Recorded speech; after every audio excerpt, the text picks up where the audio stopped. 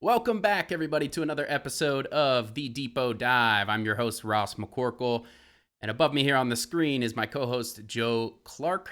Obviously, this is the first episode since the 2024 NFL Draft took place, so we have a whole lot to talk about today. Joe, how did you enjoy the draft? I love the work the Steelers did. Personally, I think I probably drank more caffeine than I ever have in my entire life over those, 4 days. But the Steel, I mean, they stayed put. They got their guys. A lot of guys, we kind of had pegged to them, through either pre-draft visits or pro day visits. I just thought it was really great work. They stayed put. The board broke perfectly.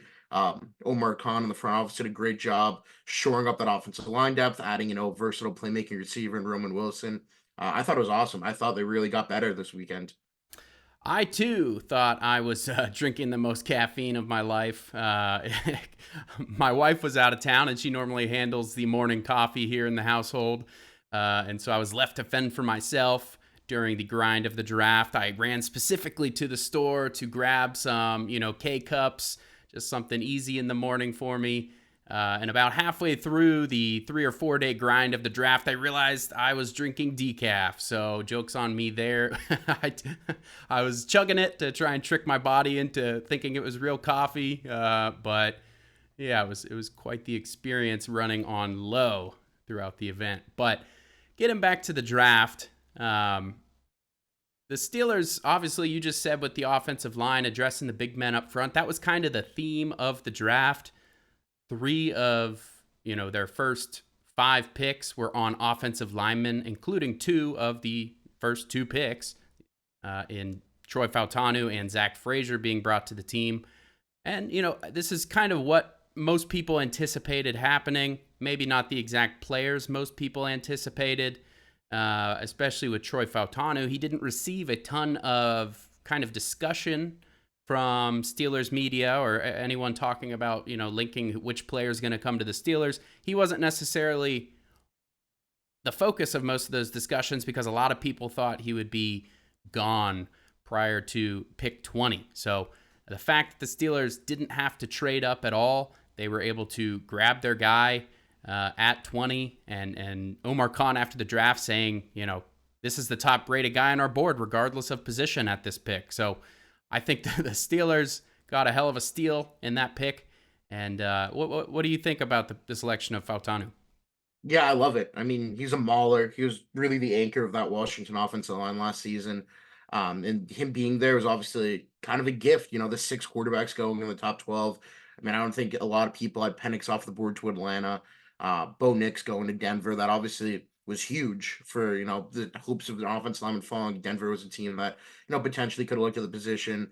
Atlanta expected to take an edge like Dallas Turner, who ended up falling. So, then Jared Verse goes later, and it kind of just pushes those guys back down the board.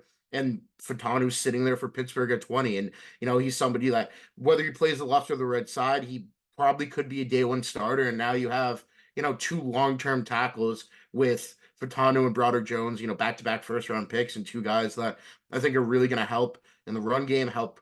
I mean, Jones struggled in pass production last year, but I think he'll develop. Obviously, rookie tackles usually struggle.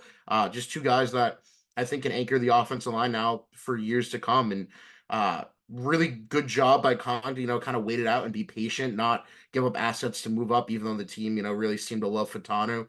And he sitting there at 20. It was great work. Yeah, the discussion of which side he's going to play on, and Broderick Jones, obviously they stated their intent to move him back to the left side, but it's kind of an interesting situation. I think we talked about this in one of the episodes prior to the draft, but Broderick Jones, about halfway through this season, will have more right tackle experience if they choose to start him there to start things out.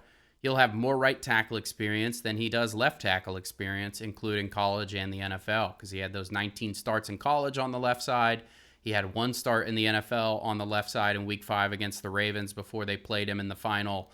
I believe it was 11 games, including the playoffs. So he has a bunch of experience now on the right side. Troy Fautanu, on the other hand, only has those 2 snaps on the right side in college, as opposed to, I believe, 29 starts on the left side. So Yeah, it'll be an interesting decision. I mean, I think Fautanu has a lot of the skill set that could probably translate to either side, but it's really a case by case basis with these guys, how comfortable they might feel. I think Fautanu said that the coaches at Washington cross trained him in practice, so there's stuff going on behind the scenes that isn't necessarily evident on in the games and the snap counts in the actual games, but yeah, it'll be an interesting thing, and like you said, the first round pick back to back years with offensive tackle. The last time the Steelers had selected one in the first round at all was 1996 with Jermaine Stevens. So a big investment and kind of signaling what their philosophy is and how they want to build this team.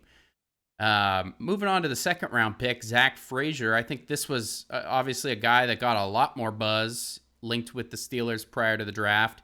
Out of West Virginia, local prospect. They brought him in for a pre-draft visit, as they did Troy Fautanu. And he just kind of has that Steeler mentality and that Steeler kind of essence about him. He just, I think our Alex Kozora pegged him very early on in the draft process as a guy that he could easily see fitting with the Steelers.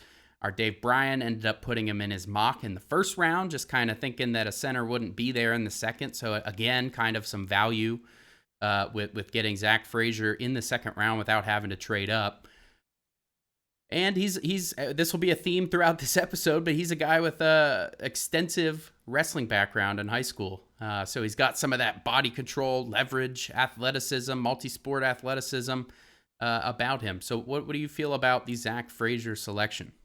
Yeah, and another shout out to Alex. I think he compared him to Ben Jones, the former Titans center under Arthur Smith, and in the post draft press conference with Arthur Smith. I'm pretty sure he threw that same Ben Jones comp out there. So good work on that. But I love it. I mean, he's a huge upper body. He can control dudes at the point of attack. I mean, I think in his wrestling career, what his longest match was 51 seconds, and he was undefeated. So I mean, he's a beast. He's got great hands. He's got a ton of power. He's kind of that guy that you really like to have at the pivot that can move people, that can really be that long-term center. And Omar Khan said back in March he wants to find the next great Steelers center. Frazier was kind of lumped in that top three with Graham Barton and Jackson Powers Johnson. And I think Frazier talked about how he's kind of excited to try to live up to that standard. He's saying the right things, and I think he's got the great mentality, great mindset, and I think he's going to be a mauler and a people mover in the run game, especially for Pittsburgh. Yeah, I'm a big fan of the pick overall. Duke Manyweather, the offensive line guru or whatever you want to call him, he trained several college players, several current NFL offensive linemen through his OL Masterminds Academy or whatever it I guess is technically called. And he had the opinion that Frazier is the top center in the draft. And really, if you look at it, I mean, Jackson Powers Johnson ended up getting drafted as a guard. Graham Barton, we've talked about him. He's kind of a more potentially of a conversion project just because he hadn't played center since 2020 in his freshman season. So Zach Frazier coming in with over 2,600 snaps at center. The Steelers needed a week one impact guy, and I really think this was the best week one impact guy in the draft at the position. So you're talking about two high, early impact guys over the first two rounds. Moving into the third round, the Steelers did need a wide receiver in this draft. There was a lot of chatter leading up to the draft of, are the Steelers going to conduct some kind of big trade? And, there was some reports or speculation floating around out there during the draft that maybe something was going to happen. I think Deebo Samuel was the specific name that was kind of linked in the middle of the draft there. And that report came out right around the Zach Frazier pick. So I don't know if there was any smoke to maybe maneuvering, in that second round for somebody like Samuel. But regardless, nothing ended up happening. And we'll talk about the receiver situation a little later. But they ended up selecting Roman Wilson out of Michigan. This was a guy that they had their eyes on back since the Senior Bowl. Joe, what do you think of Wilson? Yeah, I think he's a guy that we like Mike Tomlin kind of fell in love with at the Senior Bowl. Arthur Smith alluded to having a pro day dinner with him. So even though he didn't come in for a pre-draft visit, as a prospect, the team is very familiar with. One thing I love about Wilson that I know we've talked about before is just his mentality with blocking. He talked about it on Cam Hayward's podcast, how much he loves to block and just pancake a guy. That's going to play really well, especially under Smith in Pittsburgh. And his versatility too. He can play outside. He's probably better suited in the slot, but right now the Steelers don't really have that other outside guy. As we'll talk about later, I think they will still find a way to add one. but he's a guy that he's always moving, never takes a route off. Like with I think one of the best things that he can do with Russell Wilson and Justin Fields is he's going to be able to extend plays. Like underneath, he's going to keep moving. He's going to find a way to get open. Those two guys can scramble. They get out of the pocket. Wilson's going to be one of those guys, 3rd and 4, 3rd and 5 underneath that they turn to, and he's going to be a guy that can move the chains and make plays. He might, he's got the speed to, kind of be a deep threat, but he's a 7-catch, 62-yard sort of guy is kind of how I view him in the NFL. Just one of those guys that can eat up some chunk yardage, move the sticks, and be a really valuable asset for the Steelers. I was surprised he was there in the 3rd round. He was I think the 14th receiver off the board. He was the best receiver on the best team in college football last year at Michigan. And just hearts and smarts, just seems like a really great kid. And I think he's going to add a lot to this receiver room. Yeah, and there was actually some reports floating around, and you never know on these draft day reports, but there were some reports floating around that the Steelers were interested in making him their 2nd round pick if Zach Frazier wasn't available. And so, once again, kind of marrying value with need, and the Steelers once again kind of fill a roster hole, landing a player that many probably didn't think they would land at that spot. So, and you made a great point about extending plays. I think the study that I did a couple weeks ago shows Justin Fields and Russell Wilson as they are the slowest from snap to actually throwing the football. I think, Justin Fields is just a hair over 3 seconds and Russell Wilson's just a hair under 3 seconds, but they are the slowest in the NFL last season at actually getting the football out of their hands or getting sacked after the snap. So that's obviously because they can create plays with their legs, extend plays. And so a guy like Roman Wilson, who can find the soft spots in the zone, he's going to, not take the play off if he runs his route and nothing's happening. He's going to work his way back to the football, and those will be big assets to the Steelers. In the 2nd pick of the 3rd round there at pick number 98 overall, they selected NC State linebacker Peyton Wilson. And this is kind of receiving maybe more buzz than any other pick that the Steelers made, depending on which outlet you're looking at. But very good value. Some viewed him as the top linebacker in the draft, another Senior Bowl guy that Mike Tomlin and company would have gotten exposure to down in Mobile. You can't really say enough good things about this player. The only issue is the injury stuff. So what's your take on Peyton Wilson? Yeah, honestly, the injury stuff doesn't necessarily concern me, especially after, and everybody should check it out, reading Dr. Mel's article. I mean, he had the 2 shoulder surgeries.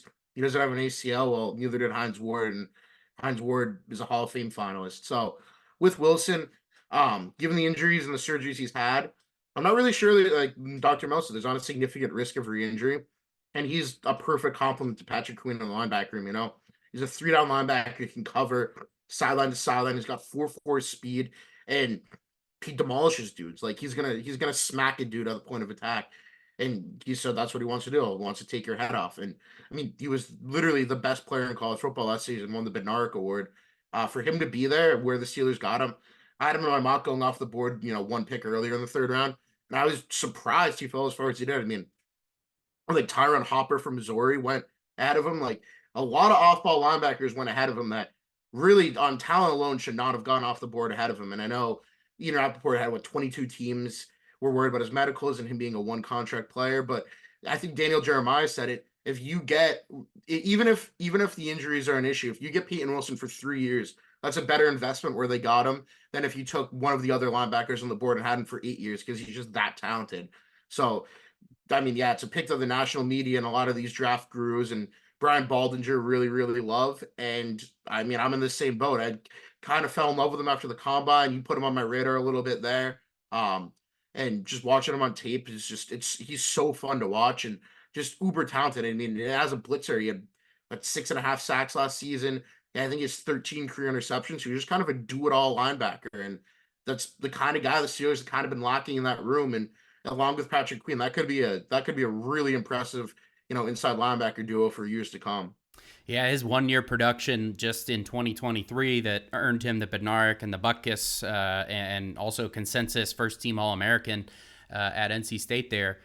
His production was more than you see with some guys' entire collegiate careers in 1 year. And so this is a guy, he told me at the Senior Bowl, if there are 90 snaps in a game, he doesn't want to come off the field. He wants to make 90 tackles. So that's his mentality. He's always around the ball. He's got the interceptions as well. I mean, pretty much every stat column, he had at least one or two in there. So, he had a defensive touchdown, I think, as well. And so this is a playmaker. And like you said, I think just given the fact that he's been healthy for 2 years, he talked about kind of his nutrition and how that's been a part of his kind of making sure he's healthy moving forward. He wanted to get to the right play weight. He felt he was a little too light previously, and it wasn't protecting him as well. And so these are some things that make me kind of hopeful that, I don't think he really will be much of an injury risk early on in his career. Now, obviously, if like any player, if an injury happens, it'll be really unfortunate for him, just given the history, and who knows what that will mean at that point.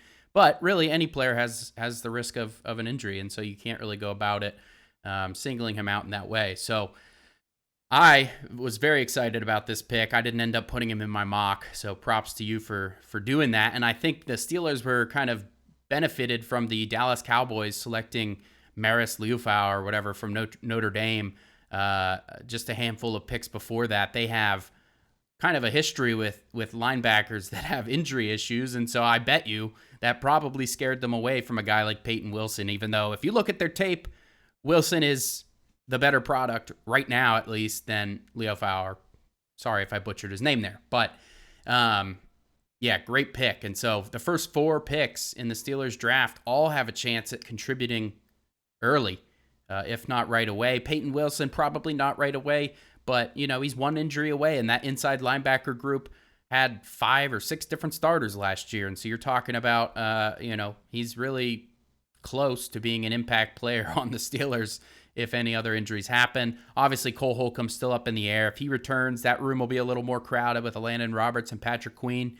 But I'm sure they will find a way to get him on the field, especially if they agree with those reports that he's a one-contract player. They're going to want to get the most out of him right now.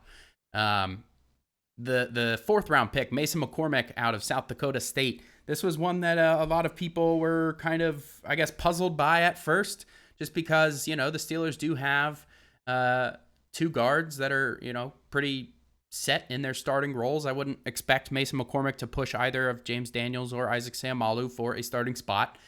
But if you look at kind of the Steelers' last couple years, they've been remarkably healthy on the offensive line, and you just can't expect that to continue. So now they've got all this higher level starters on the line in Fautanu and Frazier to pair with who they already had. And now they're adding a guard into the mix that really can fill in at either of the 3 interior offensive lineman spots. I had him in my mock draft in the 4th round as the center because I didn't think Frazier would be there. And so when they got him, Frazier, that they did announce him as a guard. But I think yesterday, Troy on our site dug up something from his, was it offensive line coach or offensive coordinator there at South Dakota State, saying that the Steelers flew out and worked him out at center in the weeks leading up to the draft or something along those lines. So yeah, they view him as a guy who can probably play all 3 interior positions. He played more guard in college, and so this is another kind of, maybe not an immediate need, but it will become a need in the near future, presumably with James Daniels on his last year of his contract, Isaac Seumalo, 30 years old. You did his scouting report. Were you excited to see Mason selected by the Steelers? Going back to Peyton Wilson for a second, I accidentally said he has 13 career interceptions. He only has 7. I have too many stats floating in my head, so I just want to get that right for anybody listening out there. But I just totally took Mason McCormick. I didn't think would happen because, again, I thought maybe they'd view him as a center. But when you looked last year, they didn't really have a backup center, and so after Troy's article from the South Dakota State offense coordinator that he could be that backup center and he can play some guard. Like you said, James Daniels' contract's up. He missed some games last year. Nate Herbig played, and just give yourself some insurance on that offensive line and add a guy in McCormick who he's a bully. And one thing I want to point out too is, talking to some of these guys and you reading after the draft is like on the field, like they're going to go and they're going to demolish you and just mess you up. But off the field, like they're great people. Like I think Mason McCormick said in his conference call, like there's no reason not to be nice off the field. Like, and just talking to him, like he's a gentle giant. But yeah, there's I love the way he blocks in the run game, pass protection. He's pretty solid. He's pretty stout. Obviously, the FCS competition, not great week in and week out. Sometimes on tape, his lack of his body stiffness, maybe a lack of awareness sometimes. But when he has a guy in his sights when he's pulling, he'll rough him up. He'll go and he finishes his blocks. That's one thing I love. You knock a guy down, you dive on top of him, and you go up for hit the next guy or stay on. Like just watching him, he's gonna move people. He's gonna demolish them, and I was very excited to see him as guard depth. I do view him as a potential future starter. I think he needs a little more time to develop. Get used to NFL competition. The players he's going to be going up against in the NFL on a weekly basis or a daily basis in practice. But I love the pick as depth. Daniels, Sam Alla's not getting any younger. Daniels, who knows what the contract situation is going to be. We saw the guard market kind of explode in free agency. So if the Steelers decide that they don't want to pony up. I mean, Robert Hunt I think got like $100 million, and I think James Daniels is probably a pretty comparable player, but I don't think James Daniels is going to get $100 million, obviously, but we'll see. At least Uh, not from the Steelers, probably. yeah, exactly, Yeah. exactly. So somebody might pony up because I think Hunter got from Carolina, one of those franchises kind of desperate. But so yeah, if Daniels becomes too expensive, then you can slot in McCormick. Kirby's also a free agent after the season, so maybe who knows what'll happen there. I wouldn't be surprised if they brought him back, but if they view McCormick as a better long-term option, he could start. I just really love I love what he can do. I think there's a lot of room for development there. And I mean, we talked about experience with Frazier and Furtado a little bit. This guy's got a ton of experience. I mean, he's going to come into the league. I think he'll be 24. He played like 70 games. I think he started like 56 straight. I mean, it's ridiculous. Like he's just always on the field. 3-year captain too at South Dakota State. Guys, teammates, really seem to love. Just definitely a pick I was very on board with. I was surprised I didn't go slot corner there, but I'm not going to complain because I love the selection of McCormick. Yeah, and he's a guy who at a smaller school was being offered NIL money to leave, and he basically was like, you know what, this South Dakota State program has poured so much into me, I'm not going to leave them like that. And so I bet you that was pretty attractive to the Steelers as well. All the guys that we've talked about so far that they drafted, and really the whole class, are really big hearts and smarts guys. We know the Steelers put a premium on that. And two of the players that we've talked about so far have been wrestlers. This next guy in the 6th round, the first of the 6th round picks, Logan Lee out of Iowa, it was another high school state champion wrestler. And I want to get through these quick so we can get to our next topic. So Logan Lee, he's one of those guys that in Alex Kazora's study of what the Steelers look for in drafting defensive linemen, that looks at their measurables and their kind of their testing numbers. He was one of the handful that checked every single box, and so I'm not going to tell you this is a great pick or a home run of a pick in the 6th round. He's a developmental player, but he has a lot of the tools, kind of the right kind of clay to work with to turn him into something in this system, and so I think that part is attractive. And let's get your thoughts on Ryan Watts, the second of the 6th round picks, the Steelers' final pick in the draft there, from Texas, defensive back. Yeah, he was a guy that caught my eye a little bit at the Shrine Bowl. He made some plays, especially those like short red zone drills. I think he had like a couple interceptions in one of them. Yeah, he had a combine meeting with the Steelers, and I think he said it was his favorite meeting. And he's a big corner. He's 6'2". He's one of those guys. He might be a safety. He might be a corner. I think given where the Steelers are at right now in the cornerback room, they're going to give him every crack to compete for a job at cornerback because right now you're really banking on potential behind Dante Jackson and Joey Porter Jr. with Corey Trice, Darius Rush, and you add another guy like Watts to the mix. I've talked about it before. You get another young guy in that room. It's going to elevate the room as a whole. Everybody competing to get better. But Watts is a guy I thought he had pretty solid ball skills from what I saw out of him. Obviously, coming from a great program at Texas and seems like a really high character kid and absolutely worth a flyer at the end of the 6th round. I think that was actually pretty good value for him as well, which is kind of a theme of the entire class for the Steelers.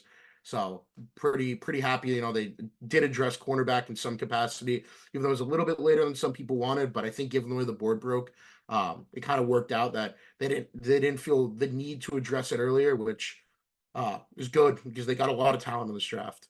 Yeah, and we've talked about they have options to bring back at corner. They can bring back Patrick Peterson or Shandon Sullivan, or both potentially if they feel the need.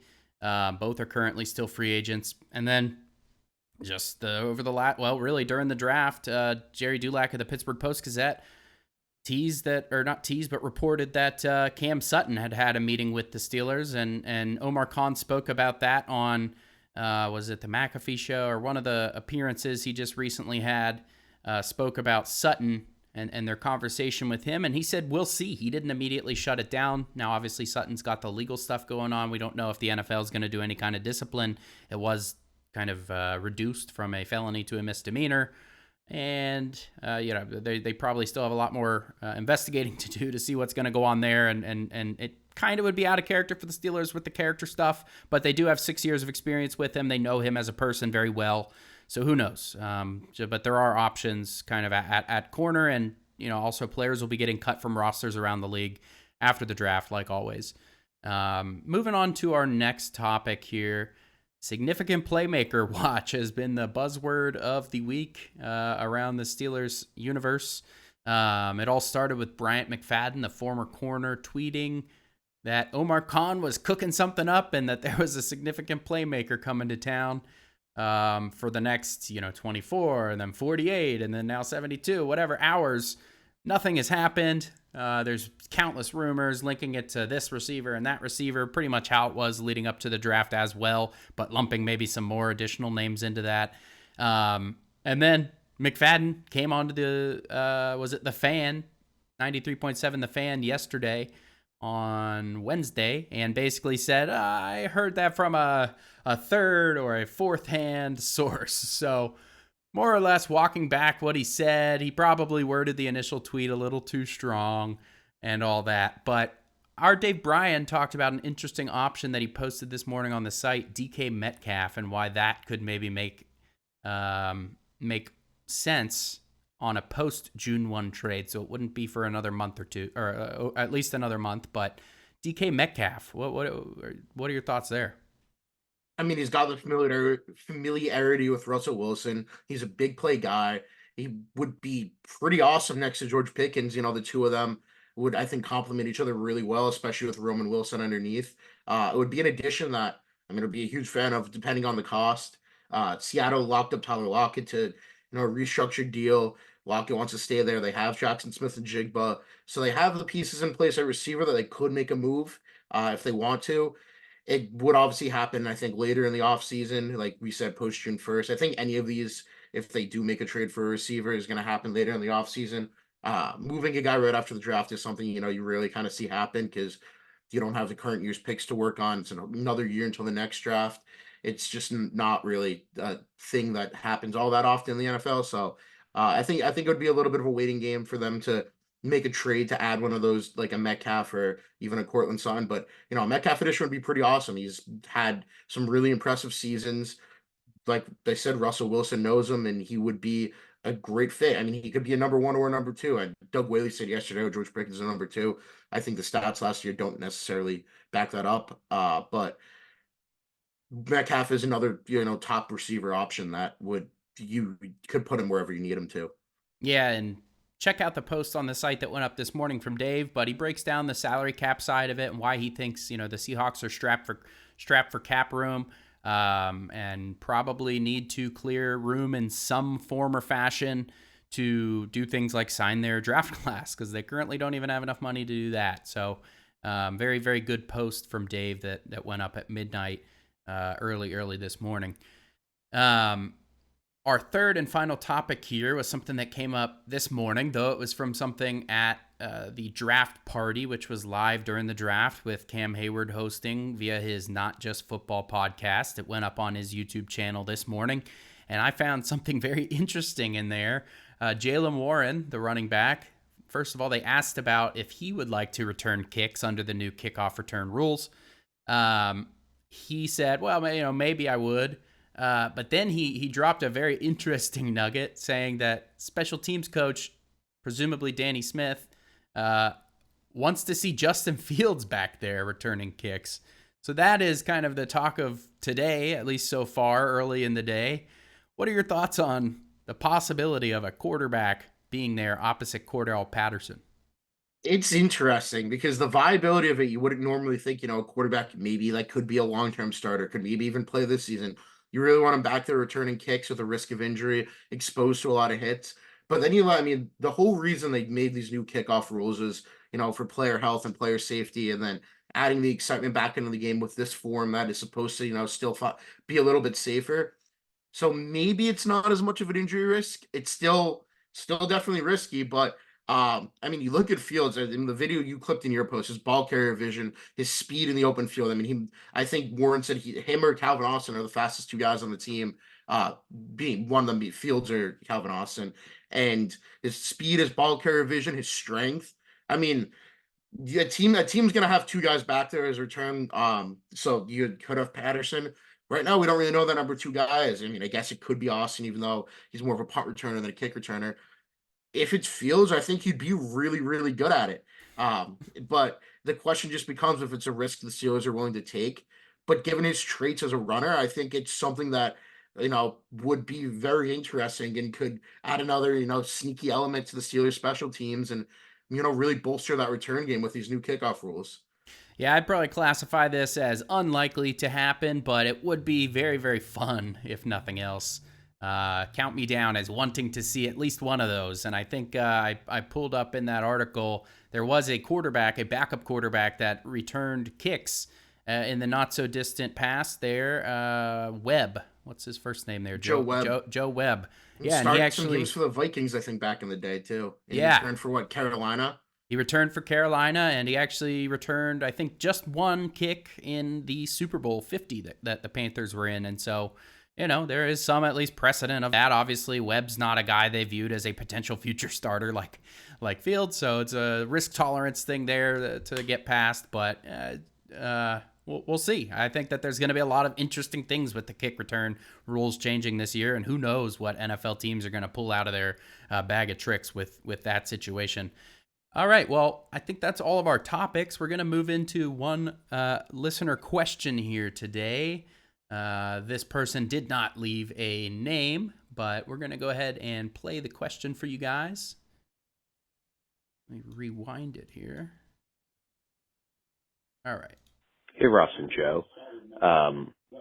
Ross, you're from Nashville and Joe's from Boston. I'm just curious how you all became Steelers fans. All right. Thank you to whoever left that question. The question was, how did we become Steelers fans? I'm in Nashville. Joe is in Boston. Joe, how did that come about for you? Yeah, so my dad grew up in the 70s, but he moved around between Massachusetts and New Jersey. And so the Steelers, the one team that was always on TV, and obviously the Steel Curtain 70s Steelers dynasty, easy team to root for. But then, he stuck with it through Mark Malone and Bubby Brister and, the 80s and 90s. And I was born in 2000. So I just grew up into it. And I grew up 15 minutes from Gillette Stadium. So I unfortunately suffered through 6 Patriots Super Bowls. But the Steelers were always competitive. They're always in it. They usually did end up getting beat by the Patriots, and I caught a lot of flack for it. But that's my team. I hate the Patriots with every fiber of my being, especially Robert Kraft now. But I was gonna make a joke there, but I'm gonna opt against it. But yeah, no. So my dad, I was a Steelers fan, and I grew up into it, and that was how I became. It was just kind of passed down to me. Everything else, I'm Boston, I'm Bruins, Celtics, Red Sox, but Steelers are probably my number one team, and yeah, I love them. Yeah, for me, I was actually born in Pittsburgh. I was there until I was 6 months old. I was born at, I think it no longer exists as a hospital, but I want to say St. Francis in downtown. So I was there for 6 months. Then we moved to Cincinnati, and then I actually moved back to Pittsburgh for a while. But all of my extended family are still in the area. My parents both went to high school. My dad was at Highlands. My mom was at Shaler. So I have extensive ties to the area, and keeping up with my fandom with the Steelers has kind of been my way to stay plugged in with where I'm from. So, as I moved around, I moved several times to many different places. And my Steelers fandom has kind of followed me wherever I went, including I moved to Seattle just a few days before the Steelers and the Seahawks played in the Super Bowl. So you can imagine the new kid in school getting heckled a little bit with my Steelers gear, especially with that, I guess, controversial at times Super Bowl with some of the calls that went down. So that is all for our episode today. Thank you guys for tuning in. Please do call the number at the bottom of the screen there, 412-254-3145, and leave us a question for a chance to get it answered in next week's episode. We do appreciate you guys tuning in, and we will catch you next time.